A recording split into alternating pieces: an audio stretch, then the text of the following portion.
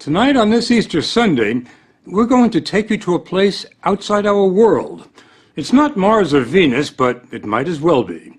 It's a remote peninsula in northern Greece that millions believe to be the most sacred spot on Earth. It's called Mount Athos, and prayers have been offered here every day with no interruption for more than 1,000 years.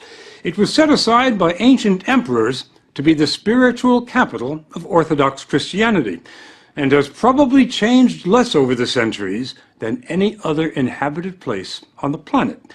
The monks come here from all over and do everything they can to keep what they call the world far away. Not surprisingly, journalists are not exactly welcome. For more than 2 years now, we've been corresponding, negotiating, and frankly pleading for an invitation, but ran into one monastic wall after another. Then, much to our surprise and delight, a few months ago, the monks said, "Okay, come see who we are." This Byzantine cross marks the border between Mount Athos and the 21st century. The monks come here, as they always have, for the beauty, the tranquility, and the isolation. But most of all, for this.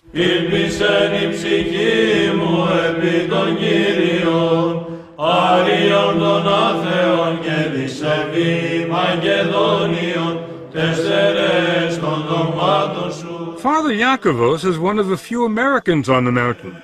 He's been here more than half his life.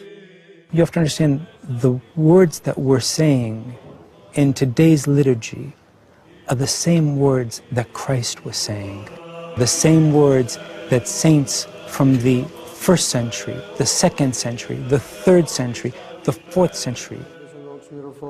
And nothing has changed in Orthodoxy since then. It's the only branch of Christianity that can make that claim. Father Eliseos is the abbot, the top man, at Simonos Petros, one of the 20 monasteries. It was Abbot Eliseos who invited us here, and never let us forget what a rare privilege it was. It happened once, in 1981. The last time you invited a television crew here was 1981. Correct. We weren't going to invite you, but your persistence convinced us to open the door.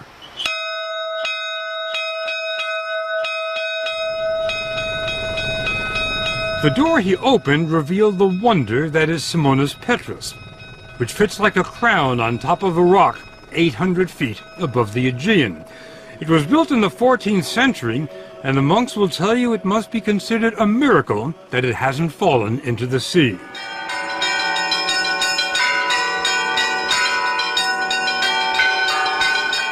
There are 20 monasteries on Mount Athos. Some look like medieval fortresses. Others are so large they resemble small cities. They rise from virgin forests and line the coast, shrouded in mist. There's nothing on this 130-square-mile peninsula other than monasteries and monks. Nothing. We expected Mount Athos to be a quiet place, but we couldn't have imagined how quiet until we were dropped off here. The silence is only broken by the occasional tapping on a chiseled piece of chestnut. It's a call to prayer, and it started being used here before there were bells. The monks here have one goal, and that is how to get closer to God. Father Serapion wanted us to understand that there is no place on earth closer to heaven than Mount Athos. Every day, 1,000 divine liturgies are celebrated on the peninsula. It's unique in the world and in the Orthodox Church. Exactly what makes it unique? It's the absolute way of life of the monks. It's a Spartan way of life, but all the monks we talked to said they never want to leave, not even for a day. So they try to be self-sufficient.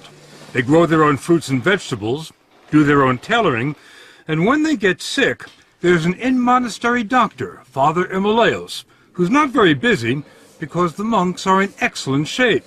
There's remarkably little cancer, virtually no heart disease or Alzheimer's. They must be doing something right in addition to drinking wine at 9 in the morning. They eat 2 meals a day. There's what they call the first meal, which lasts 10 minutes, and the second meal, which lasts 10 minutes. There's no meat and no dinner table conversation. The only sound, a monk reading from sacred texts. We were surprised by how busy the monks are. When they're not praying, they're working. Father Theodosius, born a Lutheran in Germany, is a mechanical wizard who has given the monastery continuous electricity and occasional hot water. Many Christians in the world, they are looking for the original church, for the ancient church. Do you think this is the closest to the original church? Yes. When you come to Orthodoxy, you will see it has everything you ever sought for. Father Averkios takes care of the ancient footpaths here. He clears the trails. We went with him on what was, for us, an exhausting hike on the hills above the monastery. It wasn't tough for him, though. He says that after decades of roaming the world, this is his path. I've been to many places. Tell me where. From Switzerland, of course, from Sweden, Finland, Spain, Portugal, Singapore, Australia, and Texas. Texas. How did you like Texas? I liked very much. I liked mostly the people. Now, with all the traveling you've done, how did you end up here? I was searching for a way of life. I can give all of myself to that. And I think the God of Jesus is above all the others: money, lifestyle, even family. The family at Simonas Petras consists of 54 monks from 8 countries. Father Yakovos came here 25 years ago from Winthrop, Massachusetts. This is about as beautiful as it gets. I think so. He took us on a tour of the monastery. It'd be tough enough to build a monastery on top of a rock today, but how did they do it in the 13th century? You know, that's something which even modern-day architects are amazed at. When the workers came and saw the site where St. Simon, the founder of our monastery, wanted to build, they looked at him and they said, "You're crazy." "Are you crazy?" Of course. So being crazy was not a bad thing? No, not at all. Now, back then, how did you get stuff up here? We have mules. It takes 15 minutes to walk through the monastery into the sunlight. Enough time to find out that Father Yakovos' journey to Mount Athos started at the age of 6, when his father showed him a picture. It was just so impressive, and I turned around and I said to him, "Dad, you know, I don't think that I'm going to be able to believe that somebody lives in that building until I step on those balconies myself." Destiny. It is a little bit, too. From the age of 6. Yes. Father Yakovos doesn't follow what's going on in Winthrop or anywhere else today. There are no newspapers, no radio, no television on Mount Athos. There are a few telephones, and Father Yakovos got a call last year. His father was dying. Prior to his death, he was asking if I would go so I could see him one last time. Reasonable request. From a father, I think so. My response was negative, though. You didn't go? I didn't go. I didn't go because of the fact that monastics do not go to funerals of their relatives or their friends. They remain here at the monastery. When your father asked you to come see him one last time, and you said no, was there any feeling of I'm letting my father down? Not at all. I know that we're going to see each other in paradise one day. The whole idea at Mount Athos is not only to isolate oneself from the outside world, but to let go of all memories of one's past life. The purpose of your being here, as I understand it, is prayer without distraction. I'm not being distracted now. Why are you laughing? First, tell me why you're laughing. Why am I laughing? Because St. Paul says we're to pray unceasingly. What's funny about that? That's not what's funny about it. What's funny is how you think I can stop praying. You're praying every minute of the day. Even right now when we're talking. Really? Of course. You don't see Father Yakovos praying while he's talking, But look at these other monks. Their lips never stop moving, not for a second. They just keep reciting the Jesus prayer day and night. Lord Jesus, have mercy on me. It becomes like breathing. Some monks say they can pray when they sleep, and they get no more than 3 hours sleep a night. But Mount Athos gets more applicants than it can handle. It's harder to get into than Harvard. The man comes as a novice, he's free to leave if he doesn't like it, and the monks can tell him to leave if they don't like him. When a novice arrives here, can you tell whether he's going to make it or not? Can you tell whether he's going to qualify to be a monk? Όχι παραπάνω από ελάχιστο χρόνο το καταλαβαίνουμε. After a while, it becomes pretty obvious whether or not someone is cut out for it, which is why we have a trial period, which can last up to 3 years. I bet you know a lot sooner than 3 years. Vevers. Certainly. Once he's accepted into the community, it's a lifetime commitment, and life never changes here. Never.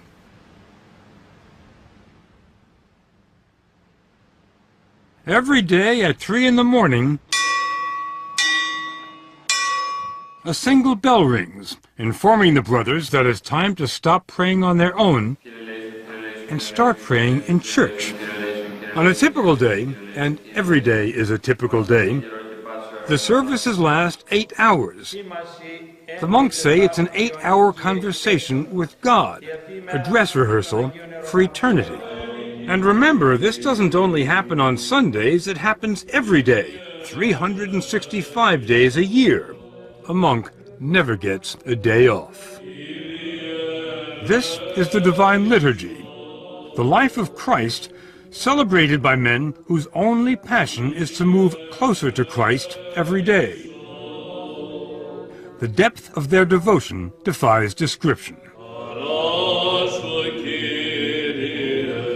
They didn't look like the same monks we had met in the gardens and the workshops. They were utterly transformed, with a concentration so profound they were immune from distraction. There were occasional flashes of ecstasy. This old monk could have risen out of a Rembrandt.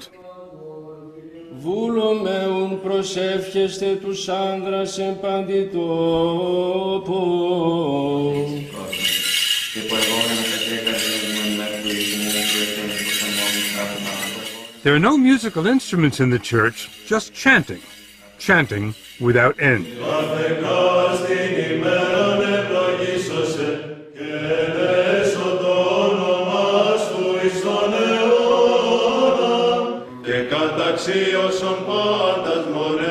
Many of the voices, the basses in particular, could have made it at the Met.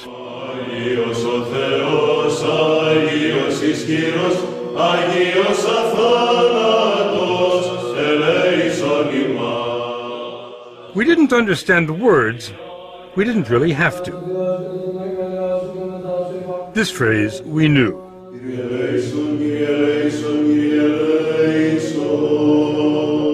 Lord, have mercy.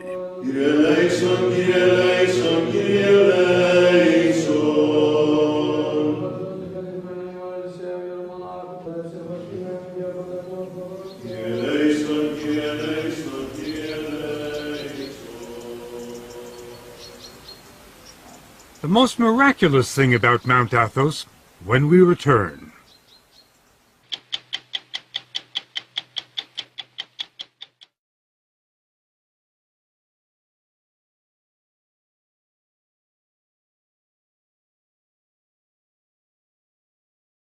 What is the relationship between Mount Athos and Greece? Yeah, Mount Athos is an autonomous, self-administered region within the territory of Greece. In the early part of the 20th century, after Mount Athos was liberated from the Ottoman Empire, its charter was included within the Greek constitution, which recognizes its special sort of privileged status as a kind of autonomous region, as I've said. You don't vote in Greek elections? No, no. Can you hold office in Greek government? No, no. Does any monk from Mount Athos hold office in the Greek government? Certainly not. You're sort of an independent republic. Well, we're not a sovereign state. We're not it would be mistaken to say that we're a state within a state. I mean, from its very origins, Mount Athos has always been a territory within a state. So it was initially a territory within the Byzantine Empire. Later it was territory within the Ottoman Empire, and now it's territory within modern Greece. But it's a self-administered, autonomous territory. Self-administered, self-governing? Right. In what respect is it not a republic? Well, we don't have our own banking system. We don't have an ambassadorial sort of system.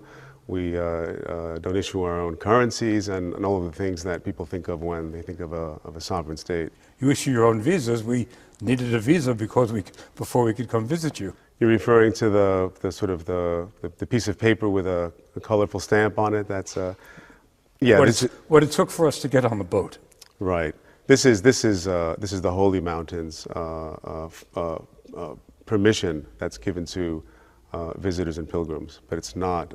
It doesn't have the kind of status that it's not. We don't stamp your passport, in other words. Right. In that respect, you are, or in several respects, you're different from the Vatican. In several and many, and some would say in all. The most miraculous thing about Mount Athos may simply be the fact that it's still there. Over the centuries, it's been invaded by crusaders, Ottomans, mercenaries, pirates, and Franks. The Nazis had their eyes on it too. The 2,000 monks attribute their survival, not surprisingly, to divine intervention. But they've also been pretty crafty. Some of the measures they've taken will surprise you. If you'd like to come for a visit, though, it can be arranged, but it's not easy. First, you'll need a visa issued by the monks, and unless you're an Orthodox pilgrim, it can take a while. Next, you'll fly to Athens and make your way to a scruffy little town in northern Greece where there's no airport and where the roads are dicey. Then you'll hop on a ferry, unless the trip has been canceled because of rough seas. That happens all the time. But on a calm day, it can be a very pleasant ride.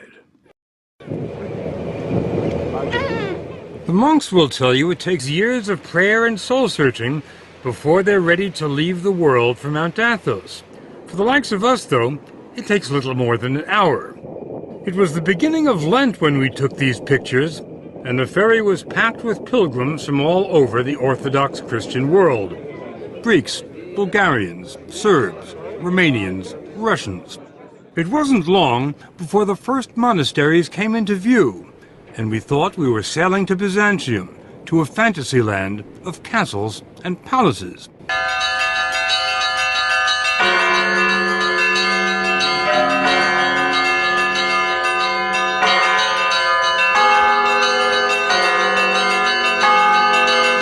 We were headed for Vatopedi, one of the oldest and largest monasteries on Mount Athos. It had the feel of a medieval city. Holiness seemed to seep from the very stones, from the frescoes on the 10th century church, from the marble font for holy water. But then there was the monastery's secular-looking centerpiece. There's nothing remarkable about the clock tower at the Vatopedi Monastery, except for one thing. Check out the time. It's just about 8:30. Now, my watch reads 2:30. That's a 6-hour difference, and there's nothing wrong with their clock or with my watch. It's because the monks on Mount Athos keep Byzantine time. The day starts at sunset, not at midnight. The monks measured time this way during the days of the Byzantine Empire. That's the Christian empire that followed the fall of Rome, and that's the flag they still fly here. How long ago did the Byzantine Empire fall? 1453. 1453. That's a well-known fact. Well, it wasn't to us, but to Father Serapion, 1453 is the day before yesterday. This peninsula is the only place in the world that still keeps Byzantine time. It has maintained this time for some 550 years. It was harvest time when we arrived, and dozens of monks were hard at work in the olive groves on the hills overlooking the monastery. That's where we ran into Father Nicandros from Melbourne, Australia. This place looks like a summer resort, like a holiday resort, like a retreat, but it's not. It's an arena. It's an arena? Yes. What do you mean? The unseen warfare. Unseen warfare? That's right. What does that mean? We fight against the angels of the dark side, you see, of the demon, of the devil, Satan. The battle against Satan and the dark side is waged here every day. The spiritual leader at Vatopedi is Abbot Ephraim.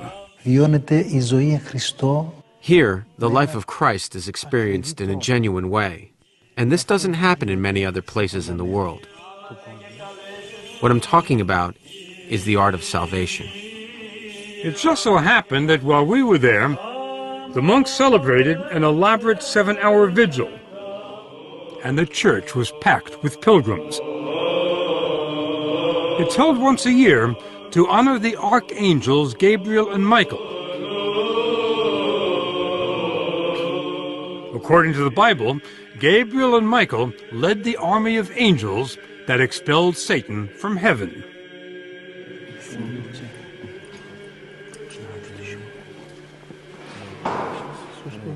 The church's relics are brought out every day, and pilgrims ask for the blessing of the saints. The most sacred relic on the entire peninsula is in this case, fabric said to be part of a garment worn by the Virgin Mary.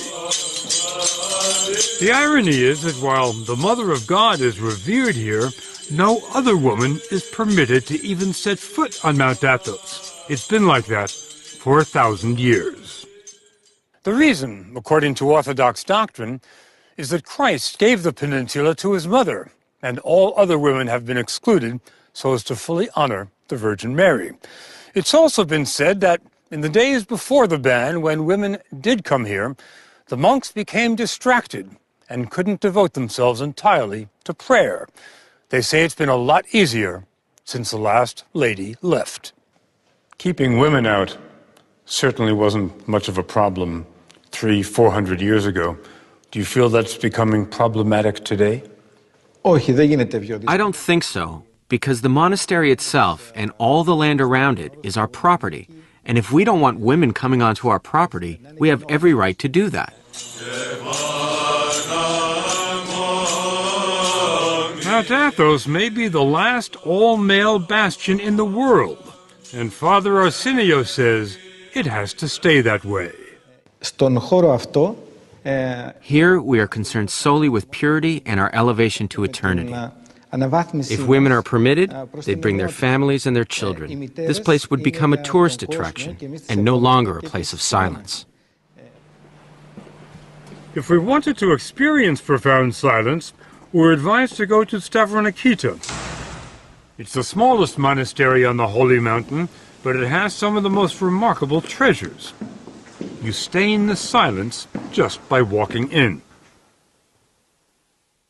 There's no electricity here, so the icons and mosaics are illuminated only by shafts of sunlight and a few candles. St. Nicholas, the patron saint, John the Baptist, and the Virgin Mary.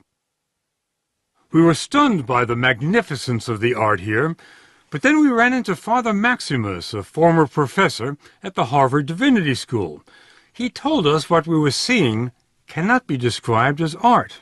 They're devotional objects, and they're part of the living liturgical life of the church. So we don't have any art, and we're not a museum. I mean, to put it starkly. Whatever you call it, it's priceless. That's why the monasteries have been invaded and plundered so many times over the centuries. The monks' most recent brush with history happened only 70 years ago. The Nazis were coming their way. In the spring of 1941, the Germans invaded and occupied Greece. They marched up the Acropolis, raised the swastika beside the Parthenon, and were about to invade. The monks asked for a meeting with Nazi officers who advised them to appeal to Hitler himself. And the monks wrote a letter to Hitler. A letter was written, and in the letter the monks identified themselves. They said, "This is who we are." And they asked Hitler to place the holy mountain under his personal protection. What kind of response did you get? Well, it seems that Hitler liked the idea and accepted the invitation to become the personal protector of the holy mountain. Well, let me just get that straight. Hitler, the personal protector of the holy mountain. That's right. That's right. Hitler did send a team of German academics to Mount Athos. They took 1,800 pictures of the mountain's treasures, and it wasn't because they enjoyed photography. Hitler wanted the monastery's riches in Berlin. The professors were sent as an advance team to catalog the treasures of the holy mountains so that a selection of things could be made to be removed. Didn't happen, did it? No, it didn't. Not a single thing was taken. Father Maximus believes they have the Russians to thank for that by the time the Nazi scholars completed their work, Hitler was bogged down in Russia and wasn't thinking about icons. That Nazi period has been largely forgotten here. To the monks, it was just one more blip on the road, and a small one at that. Today, Vatopedi is the most popular destination on the mountain.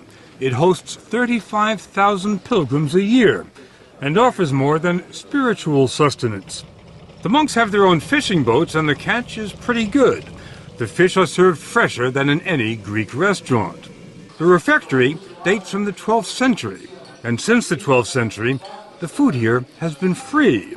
Vatopedi has been supported by rich benefactors, emperors, princes, kings, and today, partially by pilgrims with deep pockets who commission icons in the making.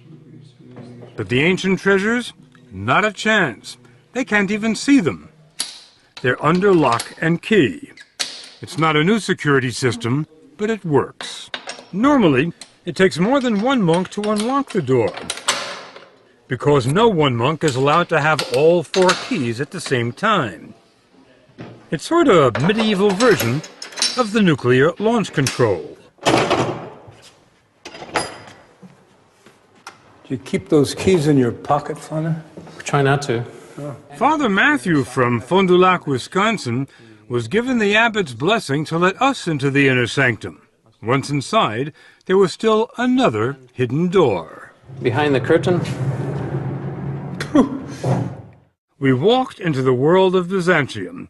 It was hard to imagine that everything here was at least 600 years old, because the brilliance had not faded. There are almost 4,000 icons stored in this monastery alone. Oh, wow. The highlight, a 14th century icon of Christ. Every monk will tell you the sole purpose of life on Mount Athos is to get closer to Christ every day. And they say total union with Christ is only possible when they leave this world. Πρώτο πράγμα που κάνει ένας μοναχός είναι να αγαπήσει το θάνατο. The first thing a monk does is embrace and love death. Embrace and love death. Γιατί ο θάνατος... Because death is the ticket to the other life. Without a ticket, you can't travel. Where do you get the ticket? Εδώ στη ζωή αυτή. In this life, that's what we do each day. We prepare for death. Για το ταξίδι μας προς τον ουρανό. And we are joyful about our journey to heaven. Father Matthew offered to take us to the transit point between this world and heaven. When a monk dies, he's buried until there's nothing left but bones. Then he's brought to where every monk who's ever lived here ends up, the ossuary. Any idea how many skulls there are here? Thousands. I'm not sure how many thousands. Any idea how far they go back? The ones here would be to the 16th century. When you look at the ossuary, what comes to mind? Mostly I see that this is where I'm going to be. I always like to say these are my future roommates. There was nowhere for us to go from there. So we headed back to the mainland. The monks invited us to come back any time. And if we do, or if our grandsons or great-grandsons do, after 10 days here, this much we believe. Mount Athos will not have changed at all. This place is built like a fortress. Yes, it really is. Yeah. Why? Well, there are 2 basic reasons. One's symbolic, of course, and one is practical. I suppose we should begin with a symbolic reason. It's because of the fact that Monasteries are fortresses. They're bastions of the Orthodox faith. Does everyone on the other side of these waters live in sin? Of course not. That's why, because we also still remain in the world. We're apostles of Christ. Yeah. He sent his apostles. Let's not be biblical. Let's be practical about this. You don't have television. No. You don't have radio. No. You don't have newspapers. No. You're trying to keep the world out. We're trying to keep sin out, evil.